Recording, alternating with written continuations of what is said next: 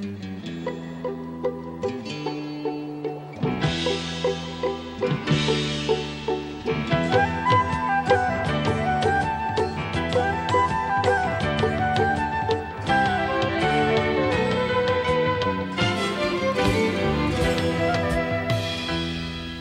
you for joining us. In our continuing series featuring outstanding people and places, today we are visiting Las Vegas, the world-famous major resort city, known for its spectacular entertainment and nightlife. It is the leading financial, commercial, and cultural center for Nevada, with fabulous hotels, conventions, shopping, fine dining, and gambling as well. More than 600,000 people live and work in this city, and to tell us more about this amazing city, we will be joined by Mayor Carolyn Goodman following these messages. Life Extension Foundation was established in 1977 and is now the world's largest consumer-based anti-aging organization. Life-saving achievements taken for granted today were pioneered by Life Extension Foundation decades ago. Life Extension is currently funding $10 million a year in research on significantly extending a healthy human lifespan. Diseases that once plagued humanity have largely been eradicated by scientific innovation. 3 leading causes of death in 1900 are no longer leading killers today. Smallpox killed millions before it was eliminated in 1979. Life Extension funds research to fight biological aging so that it also will become a relic of the past. To learn more, log on to lifeextensionfoundation.org. When I was young, it seemed that life was so wonderful, a miracle. Oh, it was beautiful, magical. And then they showed me a world where I could be so dependable. Oh, intellectual, cynical. Find magic again. Sprout by HP. With Intel RealSense technology inside, now you can bend the rules of creativity outside.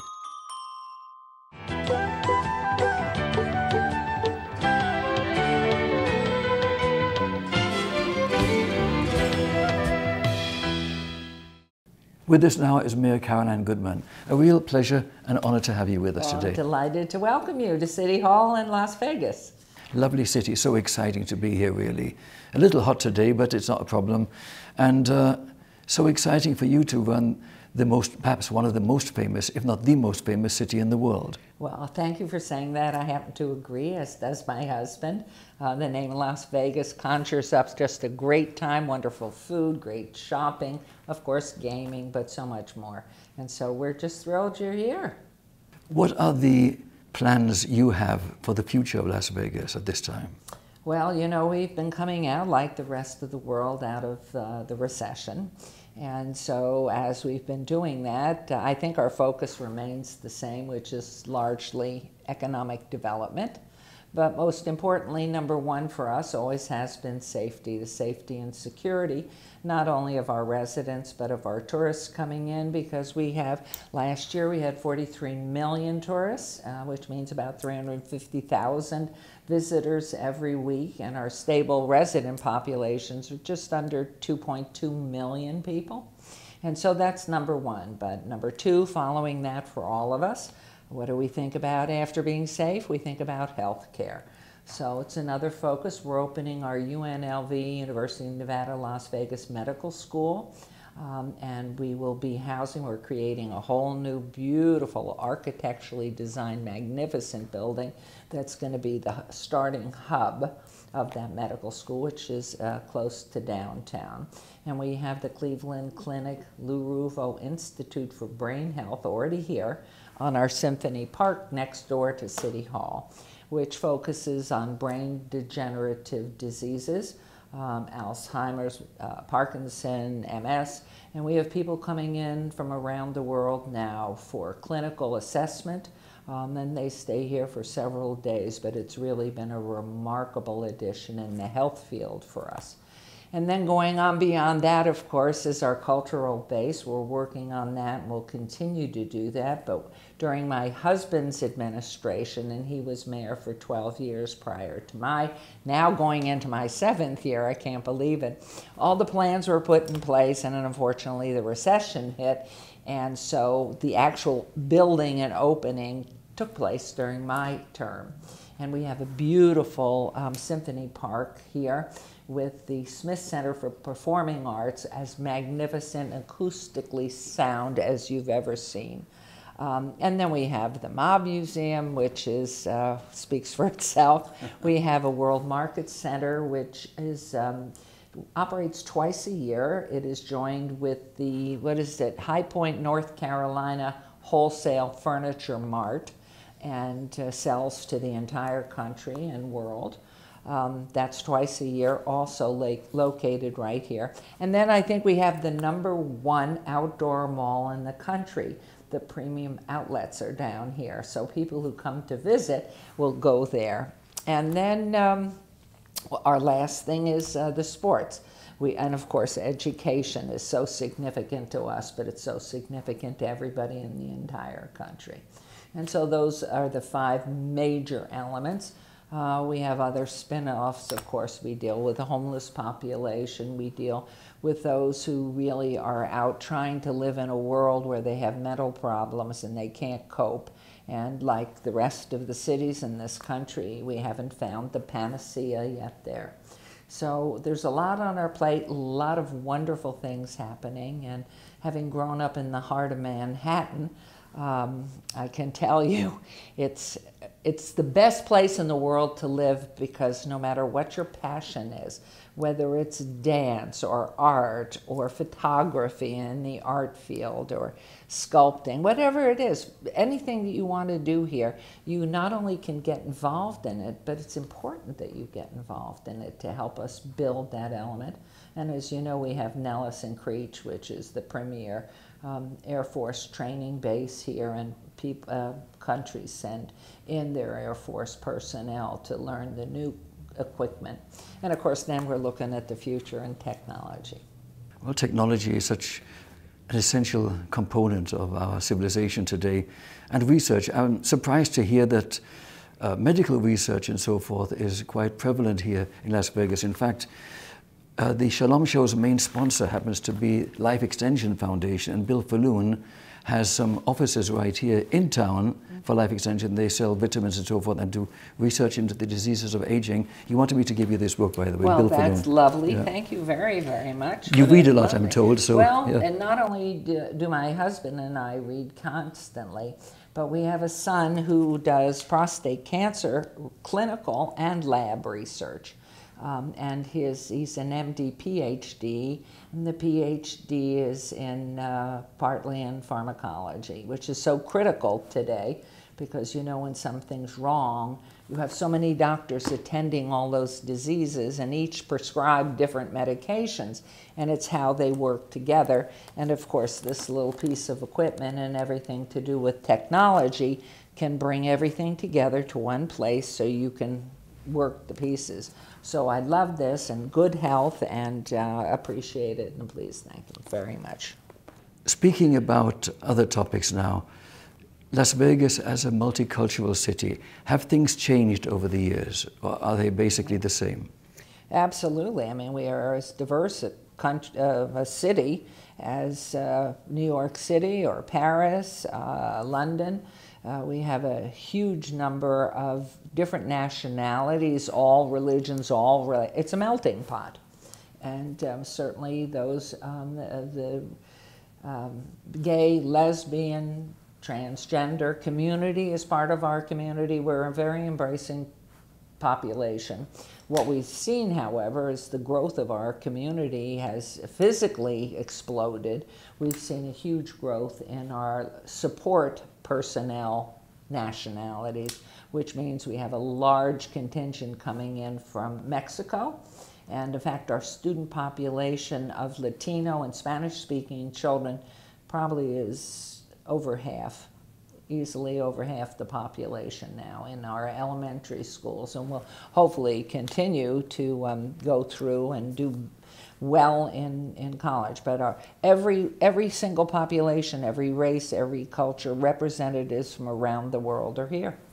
This program we're on, the Shalom Show, obviously targets a Jewish and Christian audience, largely nationwide and elsewhere. And you happen to be Jewish. What's it like being a Jewish mayor of this exciting city? Well, I don't think of it as being a Jewish mayor. I just think of it being very lucky to be living here and part of the growth of, and such a mixed population. Of course, I'm extremely proud of the heritage of the Jewish people, and have been proud to see our community of Jewish residents and investors and population grow. We came here in 1964. There were less than 100,000 people. Relative newlyweds, and my husband grew up in the Philadelphia area. His father had come from an Orthodox background and his mom conservative. I had been brought up in, as I mentioned, in the heart of New York City. My mother's family was the name of Seligman, which were 7 brothers that came from Germany to the United States and went into banking. And there was a book called Our Crowd by Stephen Birmingham, which speaks to my grandfather, Edwin Robert Anderson Seligman. And then my father was the son of a physician, also Jewish. But I don't recall being in a temple or having any Jewish education until I was 14 years of age. I knew upon being asked, what are you? Are you, Catholic or LDS, what are you? I knew I was Jewish, but of course I was born in the Second World War. And I think my parents were just sort of trying to keep a hold of life as the world was in such turmoil and the loss of Jews so incredibly tragic and enormous. And I think there was a fear there. So I think what happened was my sister and I were sort of raised, be proud of who you are. But we didn't have any religious training. And actually it wasn't until I met my husband that who has a wonderful background in his religion, that I and us now with 4 children who had them, the boys bar mitzvahed, the daughter bat mitzvahed, and now are into the next generation with little people. So it's been very interesting because as we see life, I learned so much from him. As to the faith. But we've had, Shimon Peretz has been in our home. I mean, we've had different people come through here. And then my uncle was very involved with Foreign Policy Association going back in the 40s and 50s. Well, Mayor, keeping the flame of heritage burning and maintaining knowledge of things and values that we feel are essential is so very commendable, and I want to thank you very, very much for being with us here today. Thank a real you pleasure so much, Richard. and an so honor. Nice. I'm thrilled to meet you. Thank you.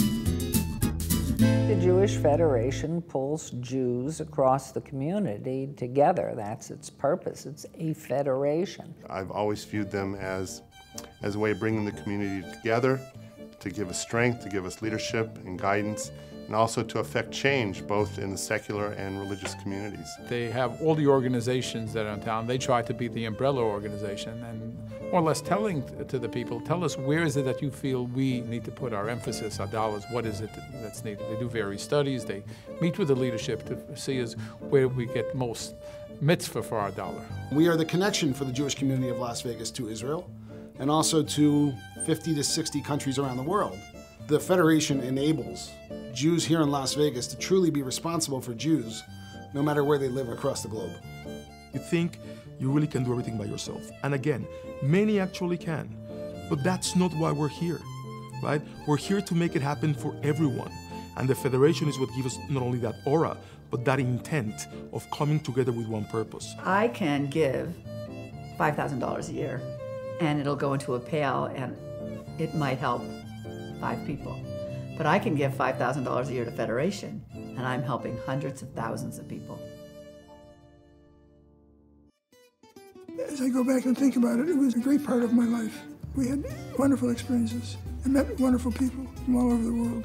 There are only 100,000 people overall, and we came here again from the East Coast, so it was sort of barren here. There was nothing as far as the eye could see except rolling sagebrush, a couple of buildings, and then a scattered number of hotels, nothing over 5 stories, I don't think. It would have been approximately 1966. My husband and I together were invited to become members of the board at then the Combined Jewish Appeal. We both enjoyed it, and we both felt that we were sincerely contributing something to the Jewish community here in Las Vegas. I had to find a place where I would feel comfortable. I was called to the Federation to help out with some of the things, and I thought, well, this would be something that would be a challenge that I would really like to do. There was a lot of vision 50 years ago to say we need this apparatus in this community. Every time we turned around, there was a different group from out of town coming in, Jewish group, to raise money. And so we decided to do a combined Jewish appeal. And it eventually turned into the Jewish Federation of Las Vegas. I joined when it was United Jewish Appeal, and they helped start a synagogue, and they've helped start many of the Jewish programs that we have today. United Jewish Appeal takes care of the community, and so does Jewish Federation take care of the community. We suddenly saw a bigger picture, plus the fact our community was starting to grow. And slowly but surely, we worked our way up to build a very strong federation that was respected all over. The women's division was about an exceptional group of women working together in the same room. Women's philanthropy spoke to me with respect to wanting to make sure we're here tomorrow. It was really getting to know the other women, and of course them being part of the larger body as well. The Women Philanthropy Outreach are amazing. I think it's nice that you have fun and you have fundraising. I was proud of the women that we brought into the women's philanthropy, who we educated so they understand why they're giving, and who gave generously. Helping makes me feel great that we're raising that money to help. I know what the Jewish Federation will do with the money. That's what makes me feel so good. We not only had a good time having our fundraisers, having our meetings, and doing nice things, but we did a lot of good in the world. We all had a simple goal, the betterment of the community. And we invested our time and our efforts into trying to make the Jewish community something that we were all proud of. Instead of just waiting for someone to come to town and raise some money, and someone getting 5 phone calls in a matter of 5 days for 5 different causes, everyone can come together and talk about the needs of the community and fund them simultaneously. They do the homework, and they identify specific projects that need help. If we focus on certain projects, collectively, we can make a difference.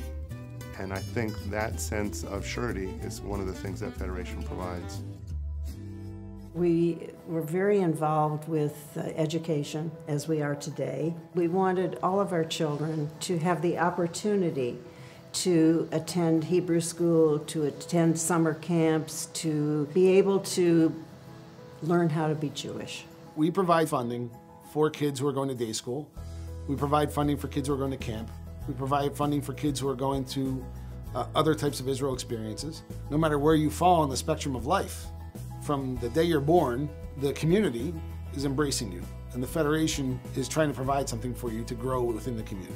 Shalom Baby is another amazing program that welcomes parents with new babies into the Jewish community. They host different events and programs so parents with newborns can come out and meet other parents with newborns. When he was a newborn, we joined Shalom Baby, and we went to an event at someone's house. She said, come over for a play date. 4.5 years later, the 4 women who were there with their kids, the kids are now great friends. They go to camp together. We still do play dates. We go to all the birthday parties. It was a great experience because we ended up meeting some really good family friends through the Shalom Baby program. After that, then we became involved with PJ Library. PJ Library is a program that was started by the Harold Grinspoon Foundation. Every child, 0 to 8 years old, gets a Jewish book in the mail every month. There's so many pressures on families today that it's hard for them to keep up. So PJ Library has been wonderful because parents can read to their kids before they're able to read themselves. And now they've come out with chapter books for the older kids. I believe that summer camp is Jewish education. And we, through scholarship funds here, are able to provide some scholarship for Jewish camping. I go to Camp Kahila, which is like really fun because I have friends there and also make new friends. There's an element of Jewish learning and Jewish identity throughout the camp. There's also just an infusion of so much fun arts and crafts and music and activities and a way that children can stay active over the summer. I love Camp Kahila because I meet a lot of friends and I like to go to Hugin every day. For families, I think it's a great outlet to just meet other people, to get involved, but mostly it's a sense of community for us that's very important. The Federation serves a lot of purposes, and one of them is to be a central place for the Jewish community. They were one of the first organizations to welcome me to town, and I think not only can I say that, but so many of the thousands of Jews that have moved here over the last 30 years can say that. When I actually moved to Las Vegas, I didn't really know anyone here except for my family, and going to a Jewel happy hour was my very first kind of activity I did with the Jewish Federation. We do a lot of different things, mainly focusing on social and professional networking, providing an opportunity for young Jewish adults to come together, meet other young Jewish adults. Jewel was kind of that bridge to help me feel like it was a place where I belong. I felt like they were people that I really got along with. They're now my friends. Jewel is a great introduction for the younger part of the community to get involved with the Federation. Every last Friday of the month, we volunteer with Senior Lifeline.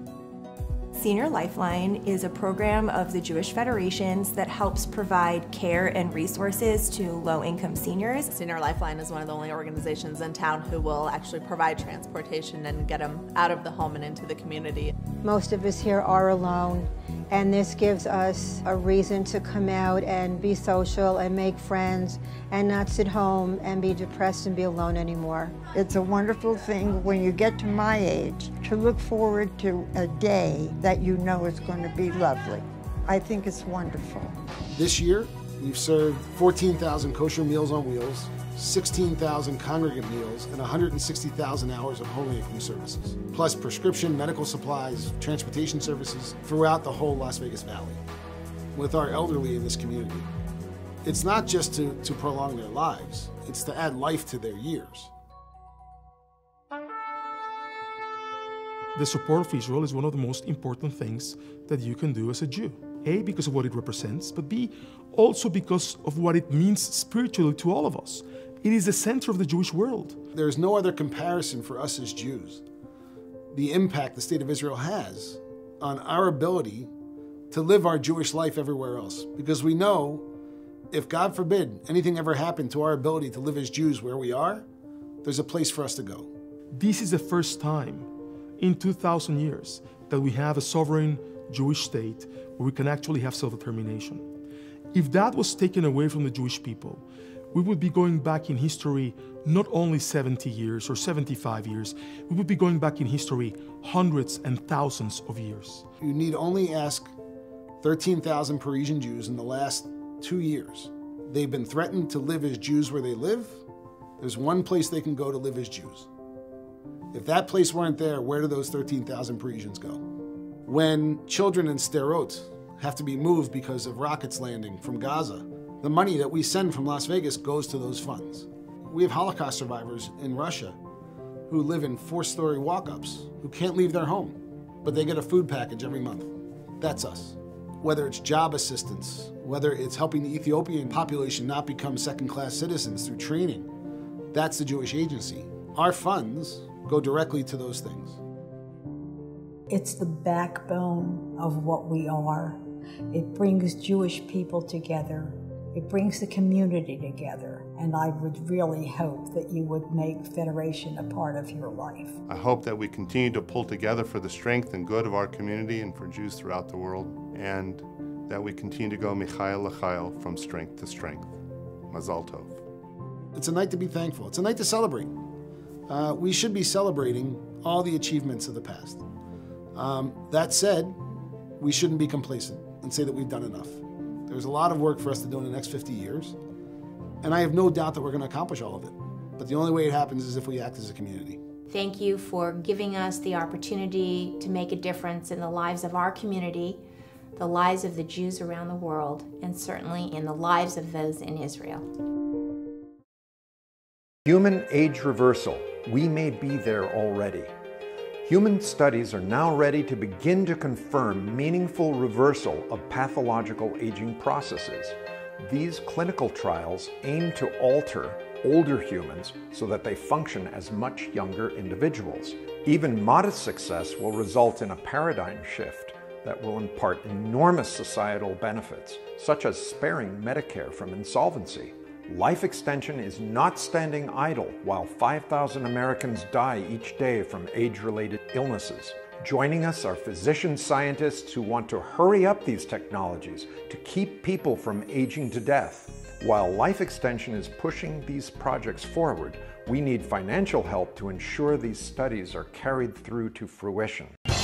You can support this research by making a tax-deductible donation to Life Extension Society. All donations will be used to fund age reversal research. Join us on this essential mission.